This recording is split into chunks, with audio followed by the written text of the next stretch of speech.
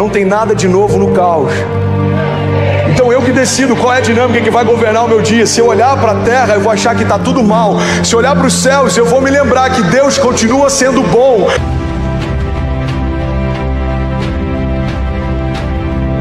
Eu não sei o que você está vivendo, qual a dificuldade que você tem enfrentado, eu não sei qual é a impossibilidade que você tem, ou qual é o gigante que bateu na sua porta, eu não sei qual é a altura das ondas ao seu redor, ou quais são suas dúvidas, eu não sei qual é a tua inquietação, ou quais são suas preocupações, eu não sei quais são suas impossibilidades. Para alguns de nós são financeiros, para outros são ligados à saúde. Talvez você precisa de um mover na tua casa, no teu casamento, mas eu só quero te lembrar, irmão, que a despeito de tudo que se levanta ao teu redor, existe uma palavra de Deus depositada em você, e você precisa acessá-la, você precisa provocar os seus milagres, você precisa crer e declarar e mover o sobrenatural.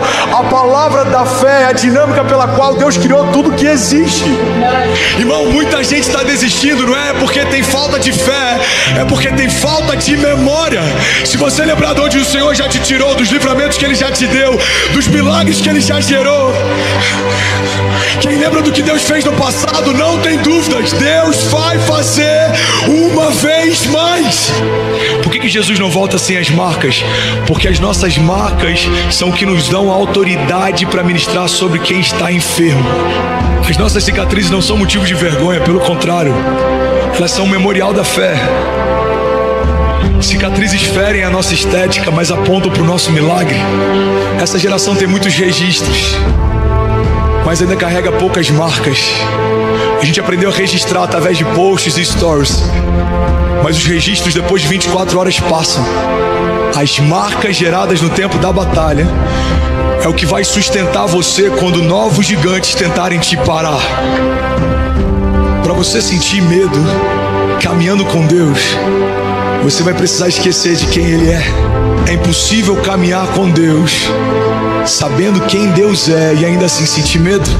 A gente realmente expressa o que a gente acredita sobre Deus quando a aprovação vem. O que realmente acreditamos sobre Deus fica evidente na aprovação. Jesus é amor, mas a gente só expressa esse amor quando a gente experimenta uma traição, por exemplo, com alguém que a gente ama. Irmão, as provações são uma oportunidade de Deus gerar em nós algo que vai além da nossa mensagem. A gente se torna a mensagem no momento da aprovação. Não tenha medo das tempestades, mas também não se acostume com elas. As tempestades são um processo de Deus para te ensinar a andar sobre as águas. As experiências que Deus está gerando em você são para te dar propriedade para aquilo que você ainda vai viver. Você recebe isso? Quantas pessoas precisaram perder tudo para ressignificar o que realmente importa? As emoções te fazem reféns daquilo que você sente. Um dia você está de bom humor, parece que o mundo é colorido. Um dia você está de mau humor, parece que tudo perdeu a cor. A fé é um convite para governarmos as nossas emoções. Eu sou feliz independente do que eu tenho, eu sou feliz independente do que eu sinto, porque eu escolhi caminhar com aquele que pode todas as coisas. O medo, a crise, a angústia, as pestes, a fome, isso sempre existiu. O que a gente precisa entender é que caminhar por fé não significa se alienar do que está acontecendo ou criar uma realidade paralela. Caminhar por fé significa andar por uma realidade superior. A fé é tratar as coisas que não são como se já fossem. É trazer à existência aquilo que ainda não existe. A paz que existe dentro de mim começa a transformar um ambiente de paz ao meu redor. A fé que existe dentro de mim começa a gerar frutos da fé ao meu redor. As promessas que eu carrego começam a estabelecer realidades ao meu redor. Eu preciso colocar para fora aquilo que Deus já colocou dentro de mim. Você precisa gastar tempo trazendo à existência aquilo que ainda não existe. Abre a sua boca, libera a palavra.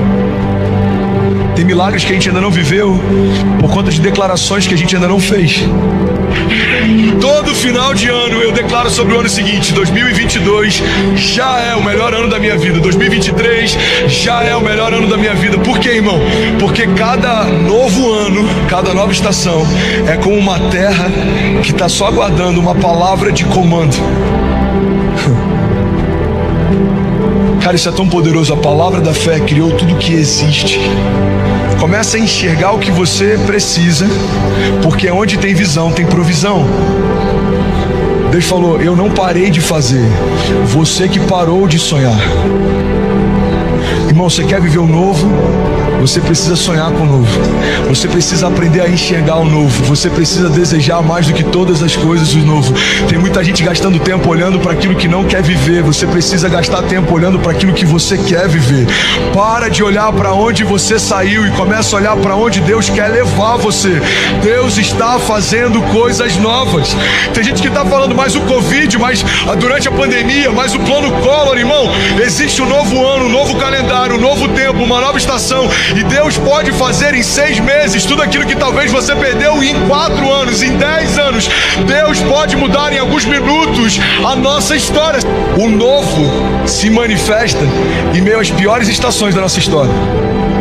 Talvez se tem alguém aqui que está vivendo um momento mais confuso, eu quero te lembrar que esse é o cenário perfeito para o novo de Deus invadir a tua história. Guimarães Rosa diz que quando nada acontece, existe um milagre que não estamos vendo. Guarda isso, não coloca um ponto final onde o autor da vida continua escrevendo. Talvez se há 4 anos atrás eu olhasse para o meu momento, eu ia falar, cara, foi uma história linda com Deus, mas vai terminar aqui. Deus está falando, não, filho, você nem entendeu. Eu nem comecei a fazer. Tem muita gente fazendo das crises o seu devocional. Mas quando Deus é a primeira parte, todo o restante é abençoado. Quando Deus é o princípio do seu dia, todo o seu dia se torna diferente. Irmão, tem muita gente que começa o dia lendo jornais. Sabe o que é um jornal? O jornal nada mais é do que um conjunto de notícias sobre algo que aconteceu. Mas a palavra nada mais é do que um conjunto de promessas sobre algo que vai acontecer. Então gasta menos tempo ouvindo o que já aconteceu e gasta mais tempo declarando aquilo que vai acontecer. Você está comigo? Você quer viver o novo, irmão? Você precisa declarar o novo. Estações de crise são tempos de aceleração. Estações de crise são tempos de viver milagres. Os cenários difíceis são o cenário ideal para Deus fazer o impossível se tornar inevitável. Então tudo que a gente precisa fazer é colocar para fora aquilo que Deus já depositou dentro. A gente tem facilidade de declarar coisas ruins a respeito de quem está perto, mas é difícil às vezes a gente conseguir enxergar coisas que Deus já disse a respeito de quem está perto. É por isso, irmão, que não precisa fazer sentido para ninguém se já faz sentido para quem te prometeu. Qual que é o preço do novo? O preço do novo é tudo. O preço do novo é você deixar o velho para trás, é você deixar sua vontade para trás. O preço do novo é você colocar um pé mesmo sem ter um caminho, crendo que Deus vai construir um caminho sobre as águas. É você dormir com leões, sabendo que Deus vai fechar a boca deles, e mesmo que eles estejam lá, não vão poder te ferir. Confiar no novo é entender que as estações difíceis não significa que Deus me abandonou. Os leões estão lá, mas não podem me ferir. As espadas são levantadas, mas não podem me tocar. A fornalha foi aquecida várias vezes mais, mas não pode me queimar. O Deus que permite também é o Deus que protege. Jesus foi crucificado e no dia seguinte houve silêncio, mas no domingo as pessoas que foram lá tentar ungir o corpo dele com óleos e especiarias encontraram um lugar vazio.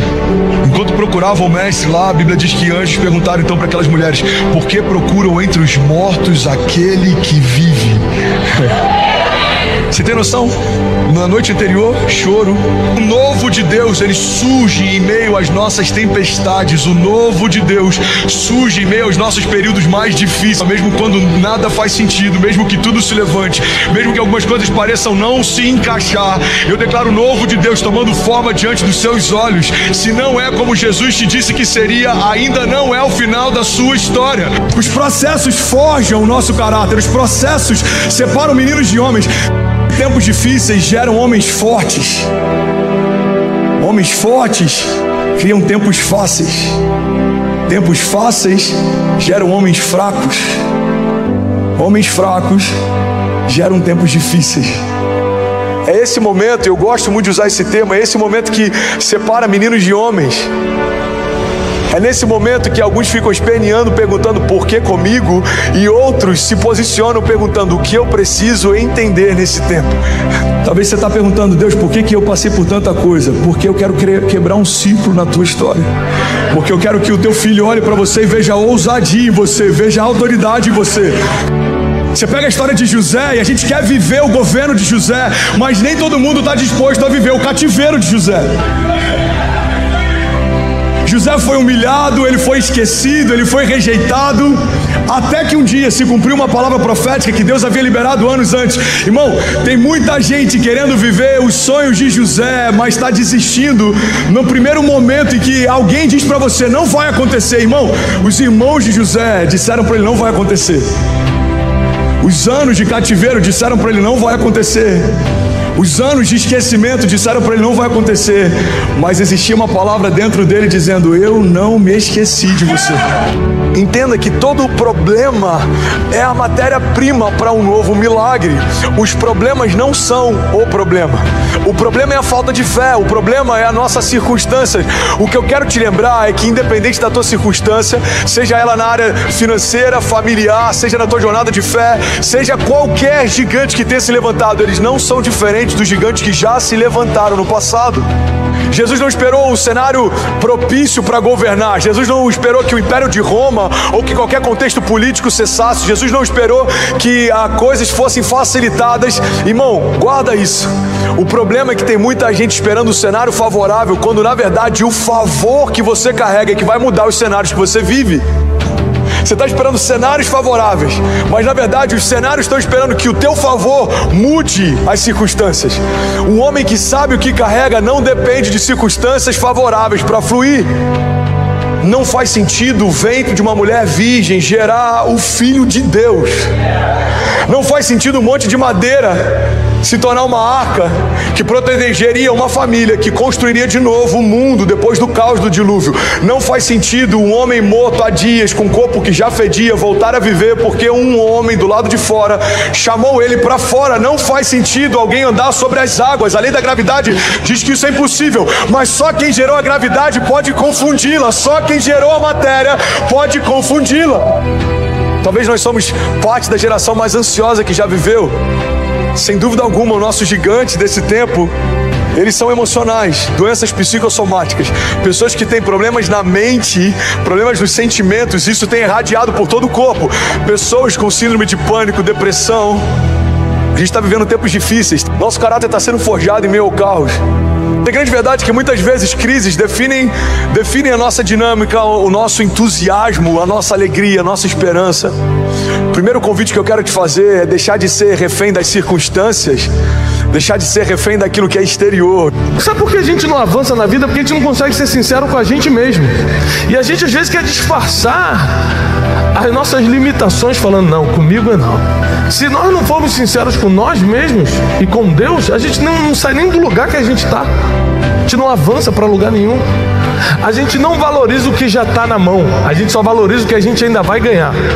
É por isso que muita gente acaba com o casamento, porque não valoriza o que Deus já colocou do lado. Por isso tem muita gente murmurando do emprego que está. Nem sabe como vai ser a vida sem o emprego, por isso que está murmurando. Então quando alguém morre, você acha que Deus matou a pessoa ou permitiu. A gente não consegue lidar com a morte, porque a gente sempre está botando na conta de Deus o seguinte: eu estou indo na igreja, eu estou fazendo tudo certo, então Deus não vai deixar ninguém morrer do meu lado, então eu nunca vou perder o emprego, eu nunca vou receber um diagnóstico. No entanto, tem pessoas dentro da igreja que receberam vários diagnósticos. No entanto, tem gente aqui que já perdeu entes queridos, tem gente aqui que já foi mandado embora, porque a gente acha que Deus é um Deus que evita coisas, mas Deus é um Deus que te ensina a lidar com as coisas que acontecem contigo. Você pode usar a dor para crescer ou para sofrer, depende de como você está ligado com Deus para lidar com as coisas que te acontecem. Só que a gente não sabe lidar com a perda, a gente não sabe lidar com a dor. A gente quer que Deus dê um jeito para a gente, mas Deus justamente permite as dores e as decepções da vida para a gente aprender a lidar com as coisas. As coisas acontecem sobre os justos e sobre os injustos. A diferença é que sobre os justos sempre tem uma saída, sobre os bons sempre tem um futuro. O meu marido falou que vai sair de casa, Deus não pode permitir. Peraí, deixa eu aproveitar esse momento de dor para fazer uma auto-reflexão e saber se ele quer sair de casa porque eu estou falhando em alguma coisa ou se ele precisa melhorar em alguma coisa no caráter. Tem um motivo nessa dor, tem um motivo nessa perda. Você está frustrado? Tem um motivo. Deus quer fazer você crescer hoje. Foi nos meus piores dias que eu comecei a viver a temporada que eu estou vivendo hoje. Quebrado num quarto, desesperançado, devendo, financeiramente, estraçalhado emocionalmente, sem fé no mundo espiritual, já não acreditava mais em nada. No meio dos meus piores dias, no meio da minha pior tempestade, uma palavra fez com que eu começasse a viver a minha melhor temporada, meus melhores momentos. Você não sabe, mas o que parece ser o fim do túnel, na verdade pode ser o início de um novo ciclo, de uma nova fase. É o fim da antiga fase, concordo. É o início de algo novo. Você vai ser valorizado quando sair dessa dor. A dor vem para te ensinar, ela só volta se você não aprender.